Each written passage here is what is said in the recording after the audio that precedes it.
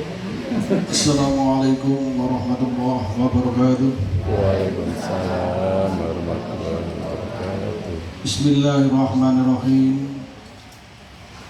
Alhamdulillahirabbil alamin wa bihi nasta'inu ala umuri dunya waddin. La haula wala quwwata illa billahil aliyyil azim. Asyhadu an la ilaha illallah wahdahu la syarika lah wa asyhadu anna Muhammadan abduhu wa rasuluh. Allahumma salli wa sallim wa barik ala sayyidina Muhammad wa ala ali sayyidina Muhammad. Ma'asyiral muslimin wa muslimat jamaah pengawasan al-muhajirin yang dimuliakan Allah. Alhamdulillah, malam hari ini kita masih diberi nikmat oleh Allah Subhanahu wa taala, terutama nikmat iman, nikmat sehat, dan nikmat umur, sehingga kita bisa melaksanakan ibadah kepada Allah Subhanahu wa taala.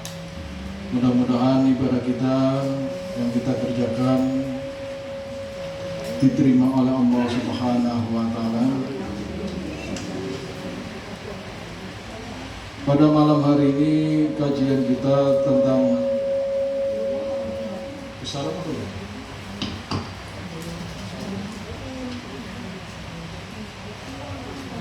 kajian kita pada malam hari ini tentang hadis, yaitu tentang hadis as-sab', hadis yang ketujuh dalam kitab Arba'in Nawawi.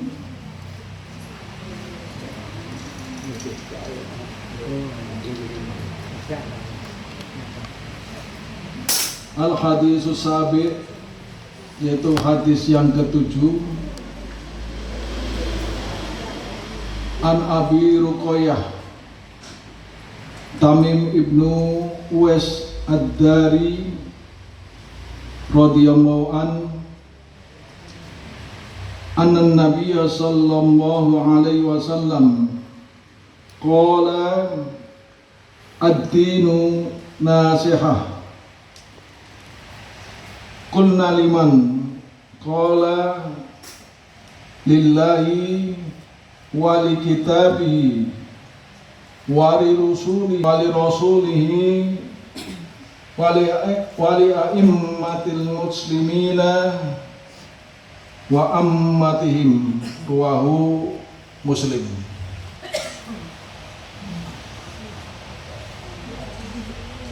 An Abi Ruqayyah. An Abi Ruqayyah berarti dari Abi Ruqayyah. Ini namanya panggilan. Kalau kita namanya laqab, julukan. Jadi Ruqayyah itu anaknya. Di kata setengah kan biasanya ibu suka dipanggil ibu, siapa anaknya kan, umumnya Ibu Bagus, karena anaknya namanya Bagus. Ini laqabnya kepada Abi Ruqayyah. Ruqayyah itu anaknya, jadi bapaknya Ruqayyah. Tapi dikenalnya Abu Ruqayyah. Nama aslinya adalah Tamim ibnu Awis ad-Dari. Nama aslinya adalah Tamim bin Awsid-Dari.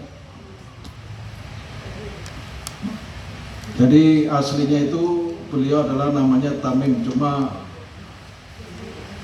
panggilan rutinnya orang dikenalnya adalah Abi Ruqayyah. Bapaknya Ruqayyah. Yang kira sing dikenal itu, disebut bapaknya siapa kan? Karena ternyata sampai saya sendiri punya kenal nggak kenal ibunya namanya siapa, anaknya namanya Andi, dikenalnya Ibu Andi lah gitu.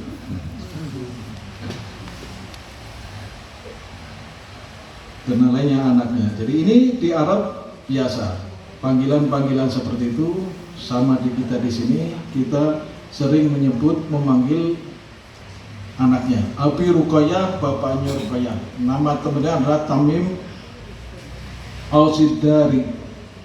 Radhiyallahu an, semoga Allah meridhoinya. Anan Nabiyya sallallahu alaihi wasallam, anan Nabiyya, bahwa Nabi sallallahu alaihi wasallam, semoga salawat salam tercurahkan kepadanya. Qala, beliau berkata, Rasulullah berkata, ad-dinu nasihatun.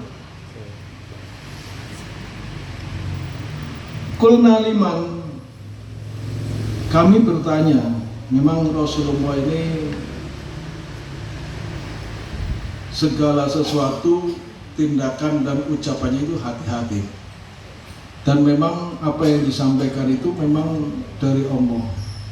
Seperti ini, ad-dinu nasihah. Ini kan masih sifatnya global, umum. Sehingga para sahabat bertanya, qulna liman.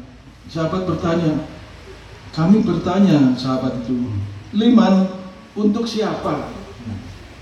Ad-dinu nasihat, ad-dinu itu agama. Ad-dinu nasihat, ini itu agama.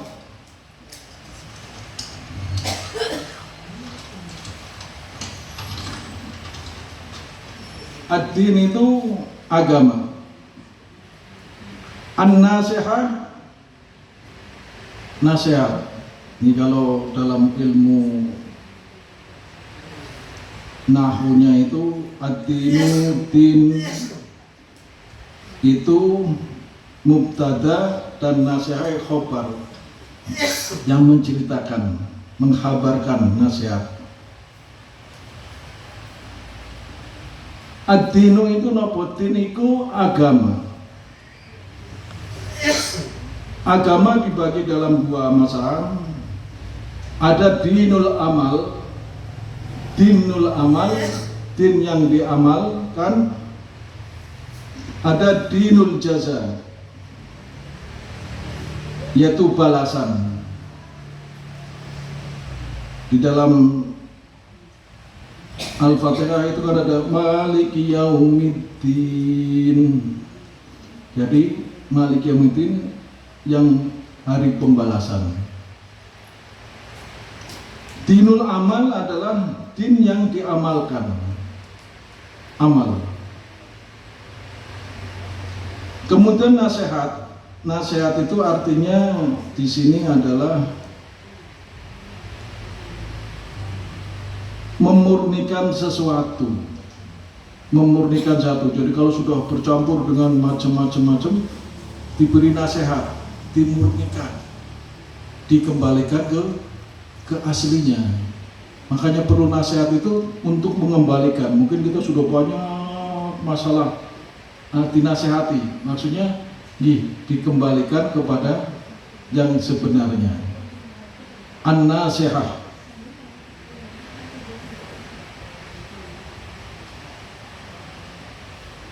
memurnikan sesuatu. Yang pertama tentang untuk apa, nasihat untuk apa? Yang ditanyakan sahabat, qulna liman. Kami bertanya, ya Rasulullah, liman, untuk apa? Untuk siapa nasihat itu? Kemudian Rasulullah SAW menjawab, lillahi. Lillahi adalah untuk Allah. Bukan berarti Allah perlu dinasehati, artinya bukan begitu. Allah perlu dinasehati. Jadi artinya lillahi adalah tentang Allah. Apa yang perlu dikembalikan, dimurnikan tentang Allah itu? Yang pertama adalah tentang ikhlasul ibadah, tentang keikhlasan kita beribadah, yaitu memurnikan tentang ibadah kita kepada Allah Subhanahu wa Ta'ala. Jadi diluruskan kembali ibadah kita kepada Allah. Ikhlasul ibadah itu diluruskan kembali, dimurnikan. Jadi betul-betul kalau kita beribadah itu ya betul-betul lillah. Nggak ada embel-embel atau keinginan sesuatu. Kalau kita sudah beribadah lillahi ta'ala, lillah, karena Allah. Kita ngaos tembriki, bismillah kita untuk ngaji. Dari rumah niat bismillahirrahmanirrahim, saya berangkat untuk taklim, belajar. Untuk belajar ngaji bersama-sama. Ini niatnya. Kalau kau kemudian tahu ono kue, ono jajan, ya alhamdulillah. Iya. Itu namanya rezeki. Gitu. Nggih. Seandainya mau nonton, yo jangan gundel. Jajane ora ono e. Umpamine. Tapi kita sudah ikhlas, lillah, memurnikan. Ikhlasul ibadah yang pertama untuk Allah adalah kita memurnikan ibadah kita. Kemudian memurnikan ibadah itu kepada Allah ini kita mengakui bahwa kita adalah sebagai hamba. Kemudian Allah itu sebagai maula, majikan. Nah, jadi kita memurnikan kita itu sebagai hamba Allah. Dan Allah itu diumpamakan sebagai majikan. Nah kalau hamba ini ya, istilahnya kepada tuannya kita harus mengabdi. Kepada tuannya kita mengabdi. Kepada Allah kita harus mengabdi. Apa yang disampaikan, diperintahkan Allah, ya kita kerjakan. Manakala Allah melarang, ya kita tinggalkan. Ya, karena kita sebagai hamba Allah. Kita mengabdi kepada tuannya, kepada majikan kita adalah karena kita hamba Allah, majikan kita adalah Allah. Jadi apapun yang diperintahkan majikan yang mesti nurut ya Pak. Umpami maaf kalau kita kerja dimanapun, kalau memang pengen disayang oleh pimpinan, oleh bosnya, ya, kita harus manut, nurut, dikongkon apa wae siap gitu kan. Nah, gitu. Kalau di tentara, kalau diperintahkan pimpinan atasan apapun tetap siap. Nah, soal nanti bisa atau enggak belakangan. Oke. Pokoknya siap kerjakan. Atau enggak bisa. Ya. Tapi siap dulu, penting begitu. Nah kita kepada Allah Subhanahu Wa Taala, apapun yang kita diperintahkan Allah kepada kita siap. Kamu kerjakan sholat dengan berdiri, siap kerjakan sholat dengan berdiri. Tapi kalau nggak bisa, ya boleh sholat dengan duduk. Nggak bisa duduk, boleh dengan berbaring, kedip-kedip matanya. Tapi siapnya dulu kerjakan. Maka bagi orang yang sholatnya duduk, sholatnya duduk itu ya niatnya pertama, kalau kita masih bisa berdiri, itu pada saat niat itu berdiri dulu. Jangan langsung duduk, berdiri dulu, Allahu Akbar. Kalau kira-kira mampu sampai dengan ruku, ya kan, dia berdiri sampai ruku. Kalau memang nggak mampu ya habis Allahu Akbar langsung duduk. Dan seterusnya mengikuti dengan duduk. Jadi niatnya pertama kalau kita mampu masih bisa berdiri, berdirilah dulu, kita usulinya atau kita niatnya dengan berdiri. Jadi perintah Allah itu begitu Bu. Karena kita sebagai hamba Allah, Allah sebagai maula, sebagai majikan, maka kita harus taat dan tunduk kepada pimpinan, kepada Allah itu. Kemudian yang kedua, kita untuk memurnikan Allah, kita yang kedua adalah menyaksikan atau bersaksi bahwa Allah itu Rabb, Tuhan kita. Kita asyhadu an la ilaha illallah. Ya, saya bersaksi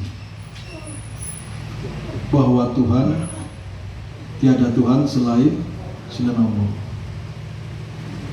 Niku kesaksian kita. Asyhadu an la ilaha illallah. Bersaksi, tapi saksi ini siapa? Biasanya kalau kita berjanji ada saksinya nih. Kalau kita nikah aja ada wali, ada saksi. Di pengadilan juga ada saksi. Nah kita asyhadu an la ilaha illallah, saya bersaksi tidak ada Tuhan selain saksi ini sudah. Malaikat. Saksinya dari diri kita. Dirinya sendiri yang menjadi saksi bahwa saya sudah bersumpah Allah ada Rabb satu-satunya, tidak ada ilah lain, tidak ada yang menandingi, tidak ada lain, hanya Allah. Asyhadu an la ilaha illallah. Kesaksian. Kita murnikan kesaksian kita kepada Allah itu betul-betul. Jangan ada ilah-ilah lain atau Tuhan-Tuhan lain yang menyamai dengan Tuhan Allah. Jadi kalau kita sudah bersaksi tidak ada. Itu kita kesaksian kita. Kemudian kita meyakini tentang sifat-sifatnya Allah juga. Ya. Kita menyaksikan kesaksian kita. Kemudian yang kedua, kemurnian kita, an-nasihatu qulna liman qala lillahi. Yang kedua, wali kitabi, yaitu kepada kitabnya. Pada kitabnya, yaitu kita memurnikan tentang Al-Quran. Kajian kita setiap minggu sudah kita bahas Al-Quran. Nah, apa yang kita jaga? Kita memurnikan Al-Quran ini, yang pertama kita bisa menjaga Al-Quran atau memelihara Al-Quran. Menjaga Al-Quran bukan berarti Al-Quran kita jaga terus di mana-mana, tapi malah nggak pernah dibaca. Di menjaga Al-Quran yaitu dari tulisan-tulisannya. Artinya tulisan ini benar-benar, karena memang Allah juga menjaga Al-Quran. Al-Quran itu jangan sampai tulisannya salah. Makanya kalau di buku-buku cetakan lain, buku-buku ilmiah, buku apa itu biasanya di belakang itu ada ralat. Ralat halaman sekian yang harusnya bunyinya taubat umpamanya, tertulis di situ dosa umpamanya kan, ralat di buku-buku. Tapi Al-Quran itu nggak boleh. Buatan enten bu, nggak boleh Al-Quran itu ada salah cetak kemudian di halaman belakang ralat. Buatan? Buatan enten? Enten Al-Quran itu ada ralat salah tulis, ya kan? Umpamanya harusnya di situ fathah, di situ ditulisnya kasroh, ralat, nggak boleh. Maka Al-Quran itu murni nggak boleh di belakang itu ralat. Kalau memang itu salah dalam pencetakan, harus diulang lagi dari awal. Nggak boleh ada ralat. Beda dengan buku-buku ilmiah, buku-buku itu boleh ralat di halaman belakang ada tulisan ralat salah cetak. Okay. Tapi di Al-Quran betul, kalau memang itu salah sedikit pun, itu harus diulang. Itu menjaga tulisannya. Makanya banyak orang-orang yang sudah hafidh Quran itu betul-betul dia tahu tulisannya. Jadi nggak mungkin Al-Quran itu akan salah dicetak. Sudah dijaga betul-betul, nggak akan salah. Jadi kalau ada tulisan salah yang harusnya kasroh, tulis fathah atau yang lainnya, diketahuan. Itulah kehebatan Al-Quran. Dan kita Nasihatul Quran, nasihatul kitab, yaitu kita menjaganya. Dan juga bukan menjaga tulisan saja, menjaga ajarannya. Ya. Karena Al-Quran itu, di dalam Al-Quran itu ada perintah, ada larangan, juga ada khobar, ada berita. Ya. Jadi Al-Quran itu ada larangannya, dijaga. Apa yang dilarang oleh Al-Quran? Ya, kita nggak boleh. Apa yang dia anjurkan atau diperintahkan di dalam Al-Quran juga. Di dalamnya ada khobar, berita, ya kan? Tentang berita hari kiamat, ada apa? Itu ada di dalam Al-Quran. Berita-berita, makanya kandungan Al-Quran itu wonten sejarah, wonten khobar-khobar. Makanya bagi orang-orang yang tidak percaya dengan Al-Quran, kalau dia mengatakan bahwa Al-Quran itu adalah memang karangan Rasulullah, karangan Nabi, coba bayangkan, Nabi itu termasuk orang yang ummi, yang tidak bisa membaca dan menulis, tapi masa bisa bercerita tentang kejadian sebelum Rasulullah, cerita Nabi Nuh, cerita Nabi Adam, cerita Nabi Musa dan lain-lainnya. Dari mana? Beliau nggak sekolah. Ya kalau kita sekolah tahu sejarah nih Bang. Nah, beliau kan enggak, tapi tahu di dalam Al-Quran itu dijelaskan tentang khobar, berita tentang Nabi Musa, tentang Nabi Ibrahim, macam-macam. Lah kalau bukan dari Allah siapa? Beliau nggak sekolah, gitu. Siapa yang memberitahu tentang cerita Nabi Adam seperti itu? Ini kecuali itulah, Al-Quran memang betul-betul adalah kalamullah. Jadi ceritanya tentang larangan, tentang perintah, dan tentang berita-berita yang ada.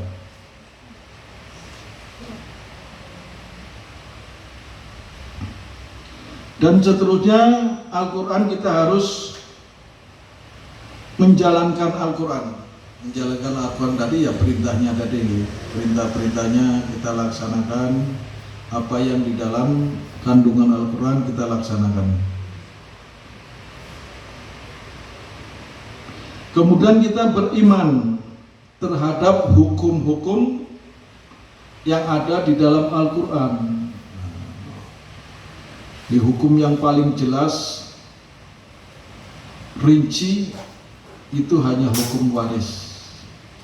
Ini rinci sekali pembagiannya kalau mulai dari ada anak, tidak ada anak, punya anak perempuan dan lain-lain, itu namanya kalau kita belajar itu faraid. Faraid itu hukum waris yang ditentukan di dalam Al-Quran. Jelas sekali, itu rinci sekali. Tapi kalau hukum-hukum lain terkadang hanya pokoknya. Seperti perintah aqimis sholah wa atuz zakah, laksanakanlah sholat, kerjakanlah sholat, kemudian keluarkanlah zakat. Ayat ini biasanya selalu bergabung, sholat, zakat, sholat, zakat.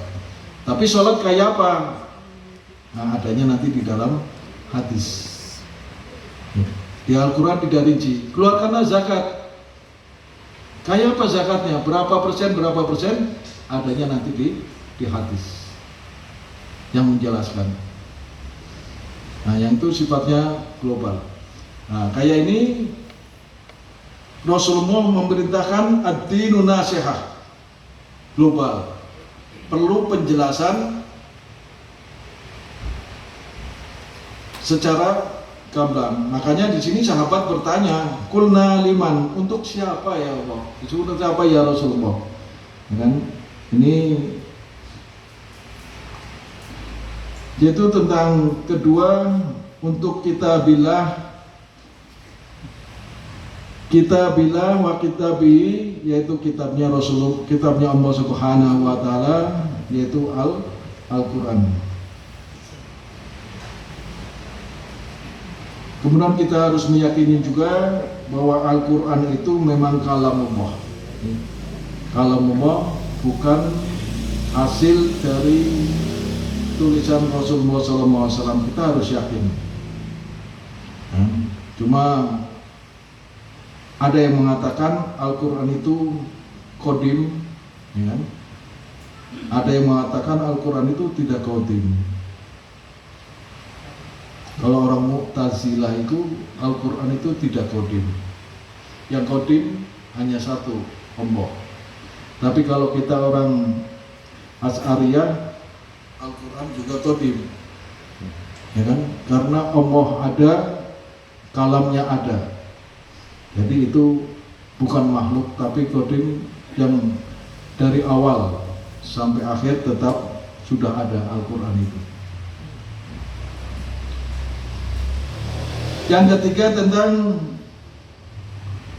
wali kitabi wa rasulihi dan rasul-rasulnya. Jadi rasul ini mengkhususkan atau mengikuti perintah-perintah Rasul. Perintah-perintah Rasul yang sudah ditulis di dalam hadis-hadisnya, itulah adalah perintah-perintah Rasul. Kita mengikuti apa yang disampaikan oleh Rasulullah, itu harus mengikuti, memurnikan ajarannya. Menasihat itu memurnikan ajaran-ajaran Rasulullah, kita ikuti.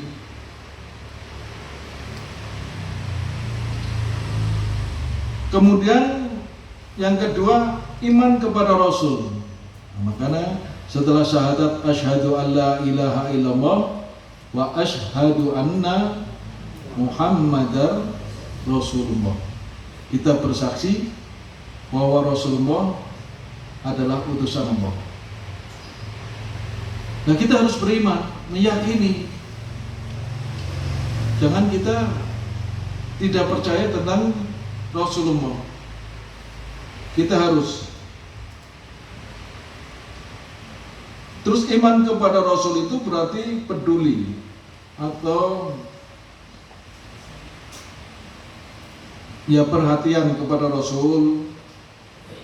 Karena perintah Rasul itu juga sama dengan Al-Quran, ada perintah, ada juga larangan, ada juga kabar-kabar, berita-berita yang disampaikan Rasul. Termasuk tentang hari kiamat juga Rasulullah menyampaikan. Walaupun di Al-Quran juga ada, di hadis juga ada, mengkabarkan tentang nanti di akhirat, nanti di akhir zaman akan turun Imam Mahdi, ya.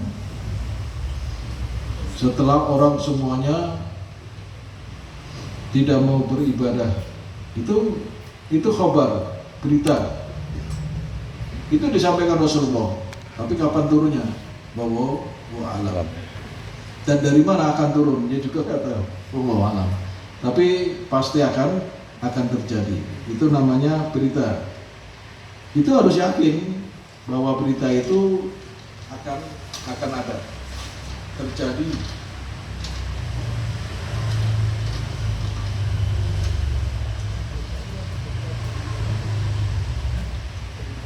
Kemudian mengimani itu menjalankan perintah Rasul, juga meninggalkan larangan Rasul, dan meyakini apa yang disampaikan Rasul itu adalah dari Allah. Jadi kita itu wasilah kita. Kalau kita percaya kepada ulama, itu salah satu wasilah kita percaya kepada Rasul. Kita percaya kepada Rasul berarti kita wasilah kita kepada Allah. Jadi kalau kita sudah percaya kepada Rasul, insya Allah termasuk kita percaya kepada Allah. Karena Rasul itu adalah utusan Allah.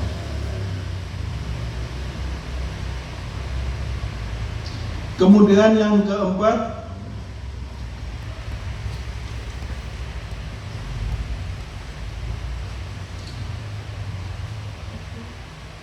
wali immatil muslimin. Wali a'immatil muslimin al-imam. Imam ini jamak dari imam. Kalau mufradnya imam, kalau imam-imam berarti al-a'immatin. Jadi kalau banyak, makanya yang dimurikan dari pemimpin-pemimpin kaum muslimin. Nah, pemimpin kaum muslimin ini yang mana?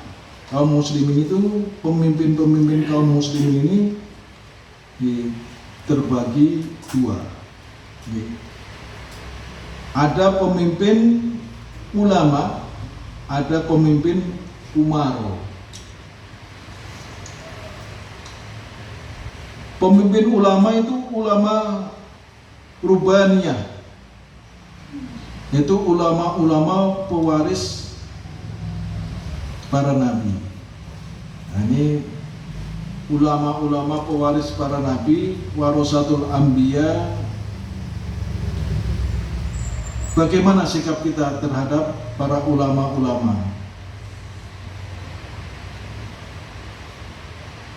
Yang pertama, kita kepada ulama itu harus cinta, hubbun, cinta kepada ulama, terutama ulama-ulama yang mempunyai sifat-sifat seperti rubaniyah, sifat-sifat yang memang orang alim,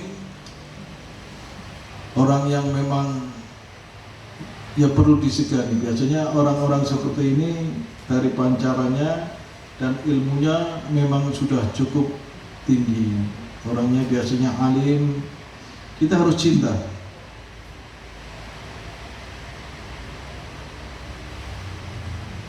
Cinta kepada beliau, kepada ulama, ini selalu ditanamkan.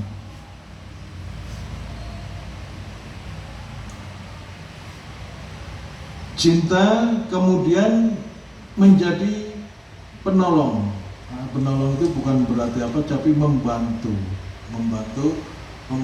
ulama. Makanya kalau mohon maaf, kalau di pesantren yang salaf itu, santri-santri itu ngerti kongkon atau disuruh kiai itu sami'na wa ata'na, nurut gitu. Menurut karo kiai ini di kongkon itu opo ngomongnya kiai ya manut. Ketemu ya salaman pada. Ini zaman saya kecil itu.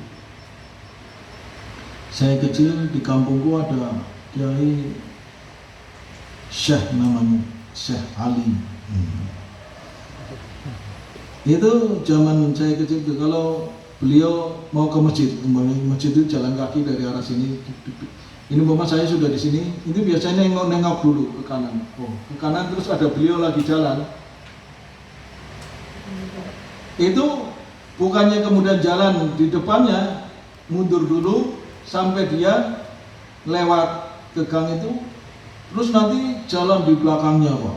Jadi kalau beliau jalan itu ke masjid itu, terutama kalau Jumat, itu rombongan banyak sekali. Nggak mau mendahului. Nggak mau mendahului beliau ke kanan, oh ada Pak Yai. Mundur dulu, nunggu sampai datang, pas ketemu salaman, terus jalan sami'na wa ata'na. Itu zaman-zamannya kula, Pak.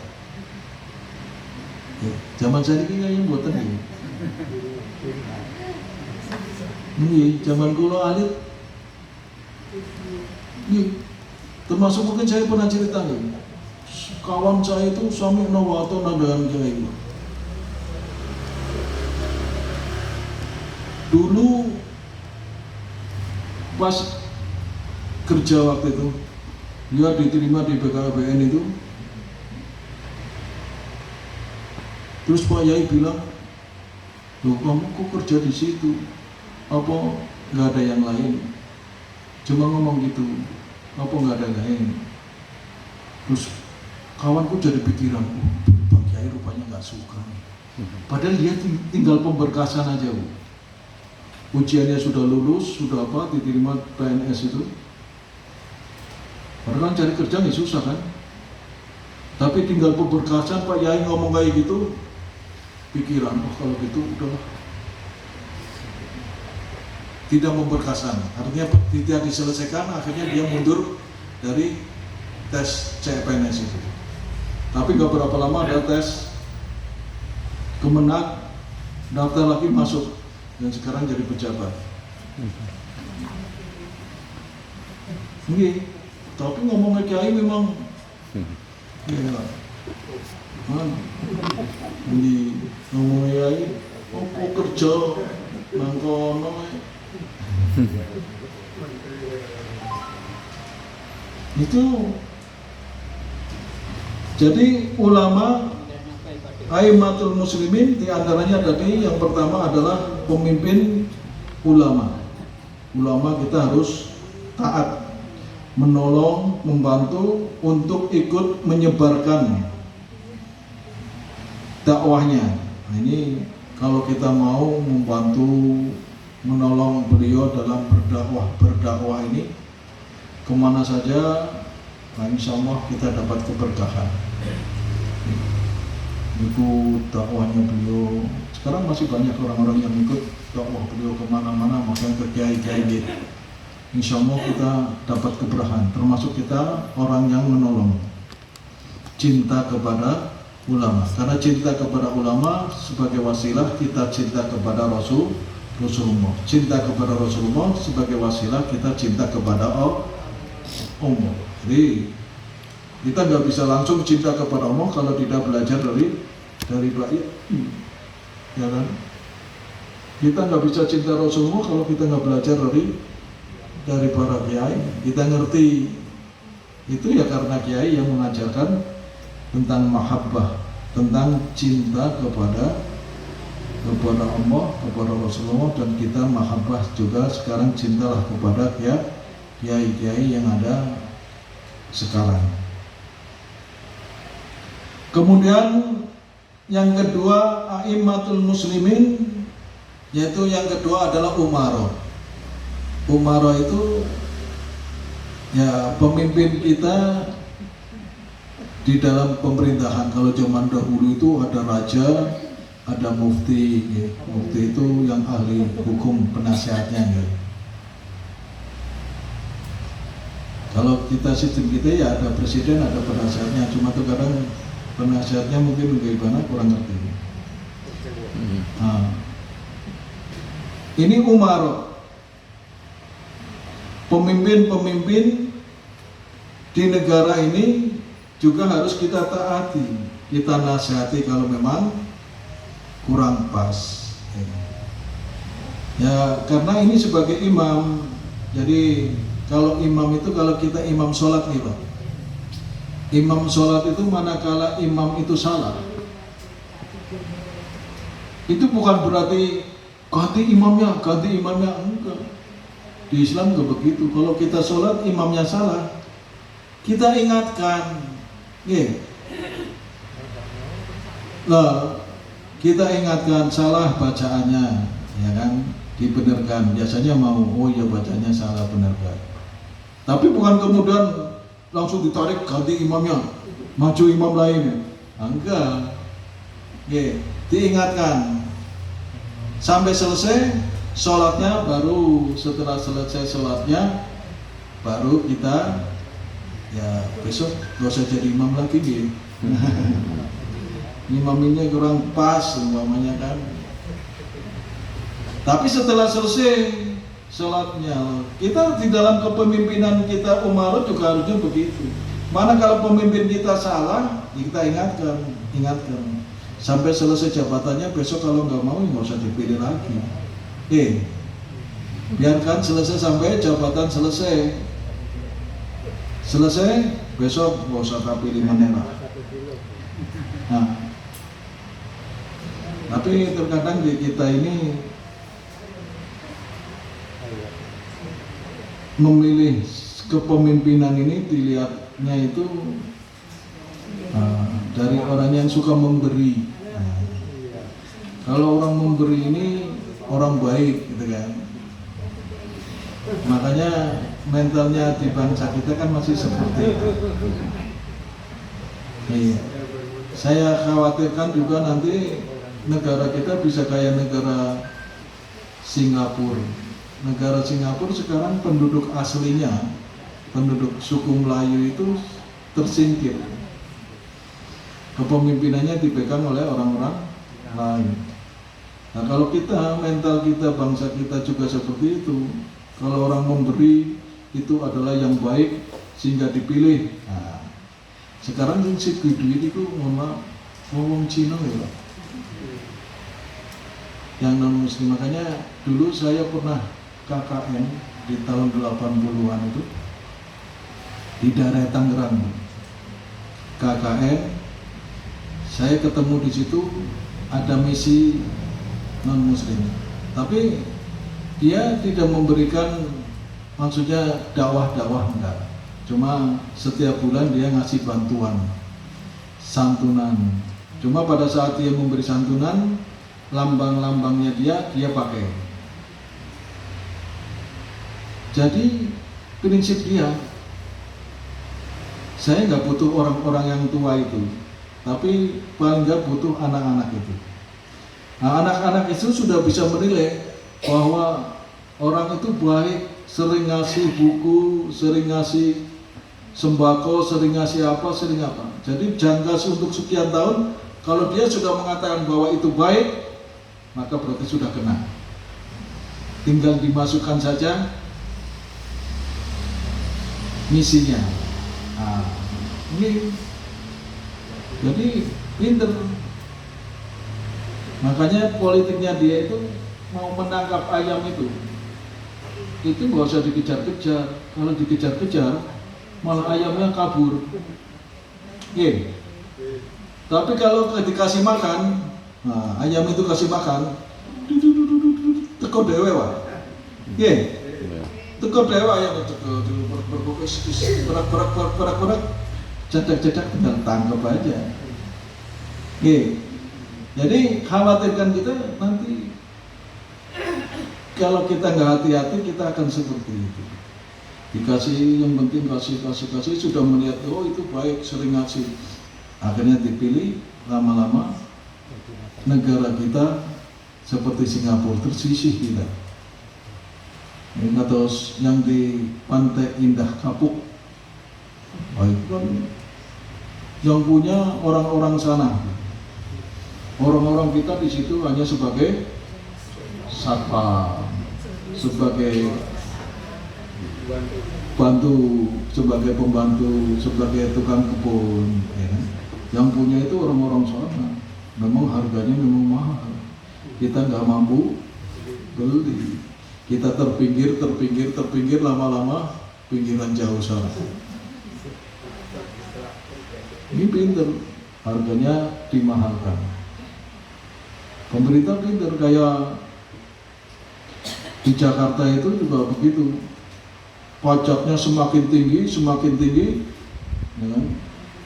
Orang-orang yang di kota pajaknya tinggi, mana pensiunan pajaknya tinggi, lama-lama rumahnya dijual. Jual, minggir, itu dikuasai oleh orang. Ini jalan di Ponorogo itu sudah dikuasai mereka. Orang-orang pensiunan itu, purnawirawan, tersingkir semua karena pajaknya besar sekali. Gak kuat bayar, betul aja. Itu trik-triknya diantaranya ya begitu, menyingkirkan kita itu, kita trik minggir. Orang-orang asli, ini kayak di Jakarta, orang-orang Betawi itu sudah kemana? Pinggiran semua. Nggak ada yang di kota, ya karena dijualin semua. Jadi mari kita ke Umaro, pemimpin kita, mudah-mudahan di tahun yang akan datang pemimpin kita juga semakin baik, ya, bisa betul-betul mensejahterakan rakyat. Nah, kalau yang sekarang ya nggak tahu, alam. Bapak Ibu lah yang sudah menilai apakah sudah sejahtera belum, sudah merdeka belum. Ya. Ini harus diingatkan. Ya. Walaupun diingatkan nggak mau, ya nanti tahun depan nggak usah dipilih mana. Bapak Ibu yang berbahagia, ini kepemimpinan. Aimatul muslimin adalah pemimpin atau imam al-muslimin. Tadi dibagi dua, ada imam ulama, ada imam umara. Kemudian yang terakhir,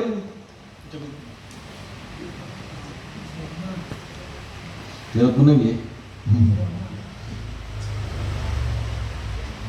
Nasihat untuk seluruh kaum muslimin.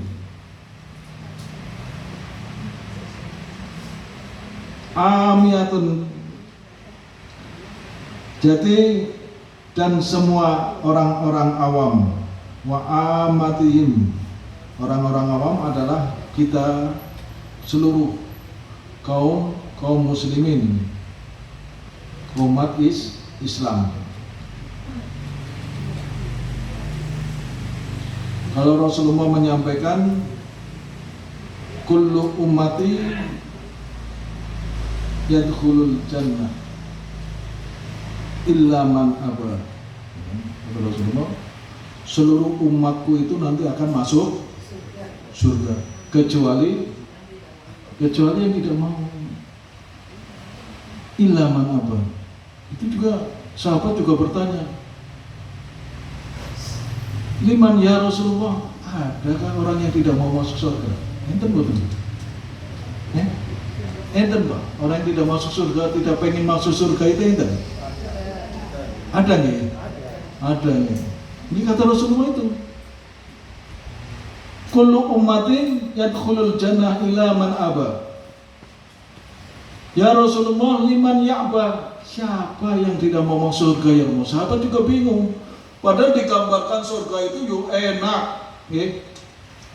Di dalamnya serba ada dan tidak ada orang tua, betul Bu, tenang.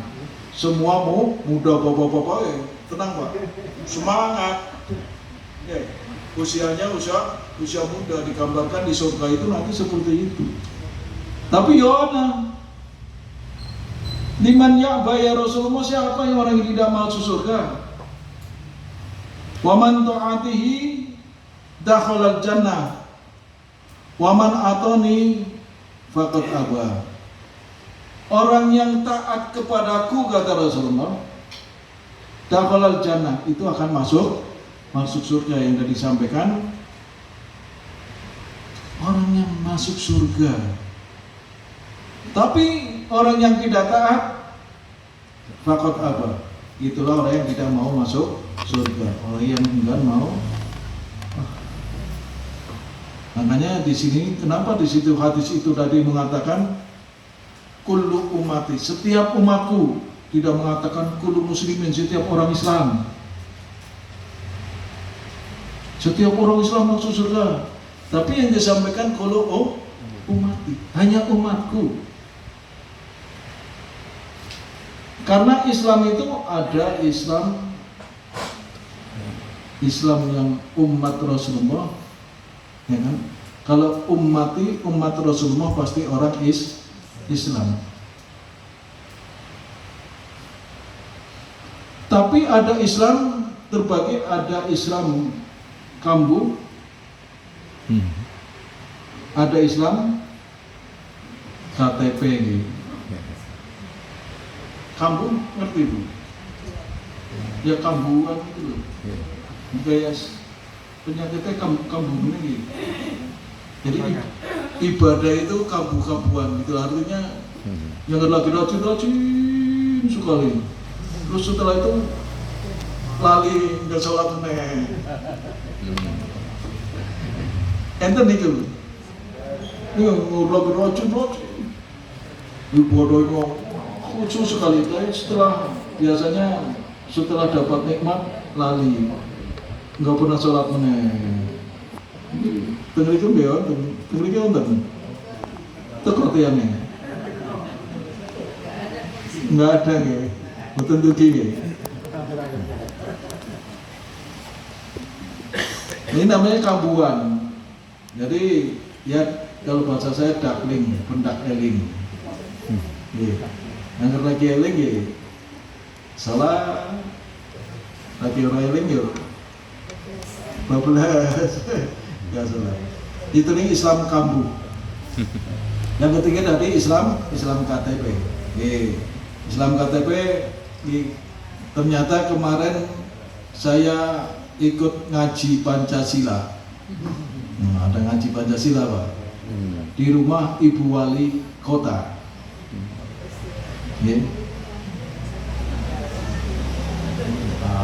Kebetulan rumah saya dekat dengan Ibu Wali Kota. Jadi bulan yang lalu ada ngaji Pancasila pas tanggal 1 Juni. Jadi masing-masing agama memberikan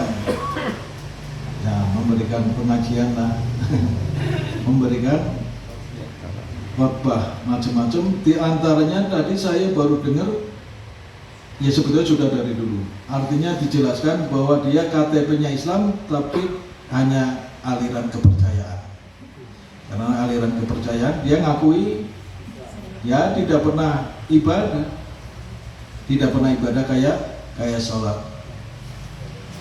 Tapi ya dia Islam karena memang harus KTP kan harus ada tulisan agamanya ya. Makanya dulu ada yang menyarankan agama di KTP dihapus, dihilangkan. Tapi rupanya enggak, jadi tutup. Nah, aliran kepercayaan itu bukan termasuk agama. Jadi dia tetap nulis agamanya adalah Islam, tapi tidak pernah melaksanakan. Itu yang termasuk Islam KTP ini. Itu kadah Pak. Kadah di Indonesia termasuk banyak. Atau yang Islam tapi puasa rajin, mau puasa tapi sholat mau. Iya, artinya tirakat dia rajin tirakatan, tapi di ibadah sholat berat. Iya apa tadi? Itu taksi kata di kita masih banyak orang-orang yang diajak kebaikan itu sulit. Nah, bagaimana kita mencintai tentang umat seluruh kaum muslimin kita bagaimana? Yang pertama kita harus mencintainya. Kita cinta kepada umat kita sesama muslim. Ibarat kita ini kalau kita sesama muslim ini harus saling membantu. Jadi ibarat kal jasadi seperti badan kita.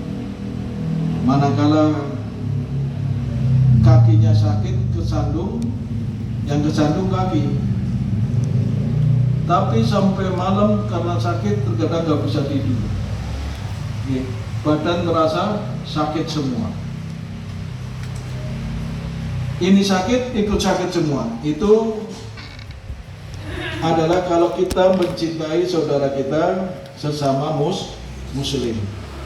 Jadi ada saudara kita sakit, kita ikut sakit. Ada saudara kita susah, kita ikut susah. Ini kita cinta kepada kaum muslimin. Jadi kami di jasadun, seperti jasad kita, tubuh kita, walaupun yang sakit di daerah lain, tapi kita, otak kita, mata kita juga ikut merasakan. Sehingga terkadang tidak bisa tidur, walaupun yang sakit adalah bukan matanya. Yang sakit jempol kakinya, tapi matanya juga nggak bisa menjam, nggak bisa tidur. Yang sakit giginya, tapi yung mata melu-melu sakit. Itulah cinta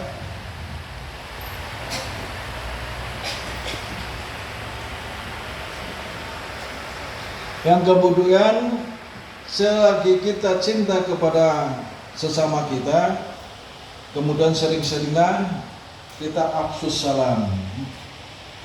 Kalau kita ketemu bertegur sapa, assalamualaikum. Kalau bisa ya salaman. Karena salaman itu berjabat tangan akan menghapus dosa-dosa kita selama kita masih berjabat tangan. Ini kalau ketemu, Assalamualaikum, Waalaikumsalam. Kalau kita nanya kan, pun kabarnya Pak? Alhamdulillah, sehat. Kan paling mengatakan mana? Tapi lewat mana? Temu kawan lagi, jalan raya itu loh. Semut hitam. Semut hitam kalau jalan ketemu kan, nah, salaman itu loh, salaman. Hendaknya kita cinta kepada sesama muslim harus begitu, saling tegur sapa. Kemudian yang ketiga adalah saling tolong menolong. Ya, sesama kita di samping kita mencintai, kita tolong menolong. Dimana kala ada saudara kita yang memang butuh bantuan dan kita memang bisa membantu, ya apa salahnya kita bantu deh, bantu. Nah, ada cerita seorang ulama yang tidak jadi pergi haji pun, dengar nggak ceritanya Bu ya? Jadi tidak jadi pergi haji karena di pertengahan jalan pada saat itu dia ketemu orang yang sedang mengais-ngais sampah, dan kemudian dia melihat ada bangkai, diambil bangkai itu, bangkai ayam diambil mau dibawa pulang. Kemudian lihat oleh ulama itu, kenapa? Itu haram, nggak boleh dimakan.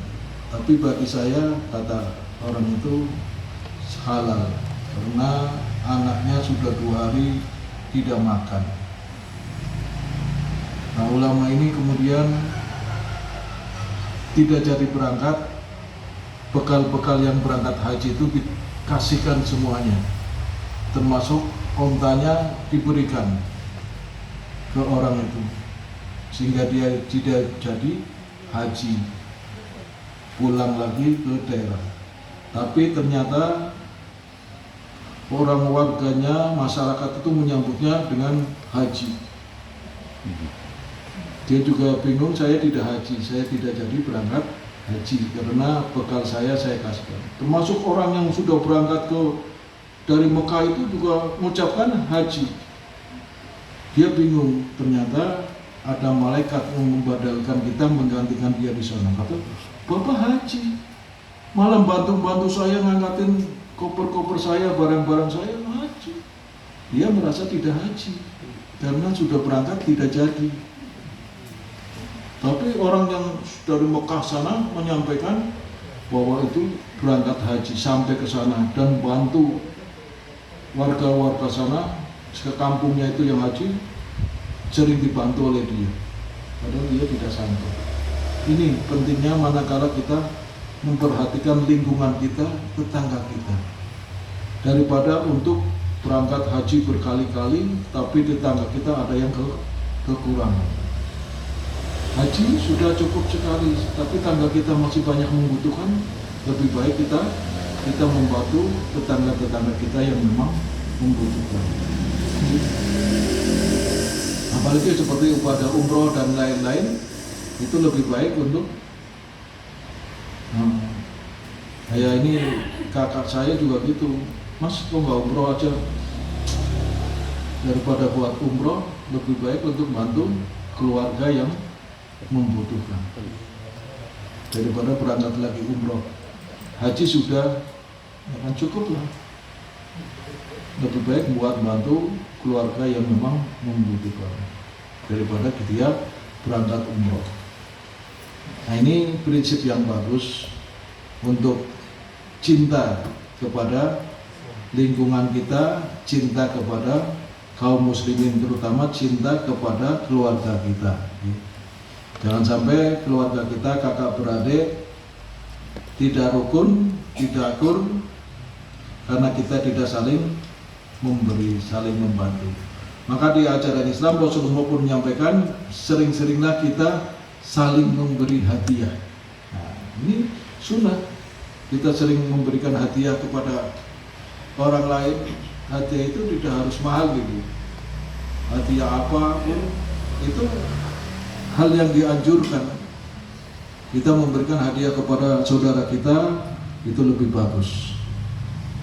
Ya kan, orang kata apa kalau ada keluarga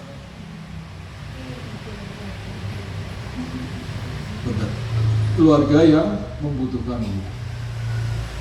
Ada keluarga kakak beradik apa itu umpamanya lagi punya hajat, punya apa bantu gitu. Dia ada cerita ini Bu, kakak sendiri. Jadi pada saat adiknya melahirkan kan banyak kiriman-kiriman ya, macam-macam kiriman. Sampai dia sendiri tidak sempat membuka kiriman ini apalagi. Nah terus sudah berapa lama kakak ini melahirkan lagi, yang tadi kan satunya lagi melahirkan. Nah ini yang tadi sudah melahirkan, aku bawa apa ya? Pikir-pikir, ini aja kan masih bagus, ini belum saya buka. Dia nggak tahu ini kiriman dari mana kan? Dibungkus lagi, dikirim sana sampai sini. Nah ini kan yang kemarin saya ngirim, balik lagi. Apa ya? Nah, iya. Dibalikan lagi. Kakaknya ngomong, ini kan kemarin saya yang bawa buat kamu lah. Masih utuh, balik lagi. Nah, saking seringnya memberi hadiah. Tapi ya kalau bisa ya dilihat-lihat, dicatat ya Bu. Ini dari kakak yang ini, nanti jangan ada yang lahirin dikirim lagi ke sini. Ini terjadi kakak saya sendiri. Balik lagi ke situ. Bapak Ibu yang berbahagia, dari inilah hadis tentang yang ketujuh. Yang pertama adalah ad-dinun nasihah. Yang pertama untuk siapa? Qala lillahi wa kitabihi, dan kitabnya, wali rusulihi, wali rasulihi, dan rasulnya, wali immatil muslimin, dan pemimpin-pemimpin muslimin, wali amatihi, yaitu kaum muslimin kita. Maksudnya yang ada di hadis riwayat Muslim. Mudah-mudahan bermanfaat buat kita, dan mari kita akhiri taklim kita pas gitu.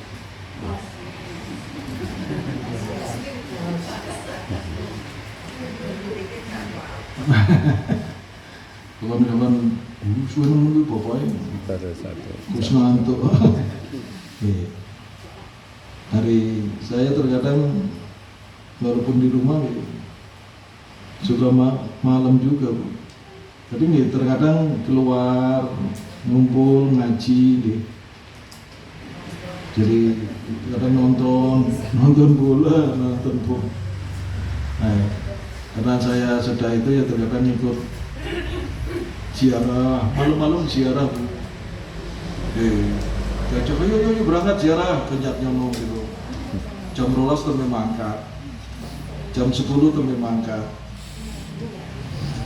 Nah, ziarah. Mudah-mudahan bermanfaat.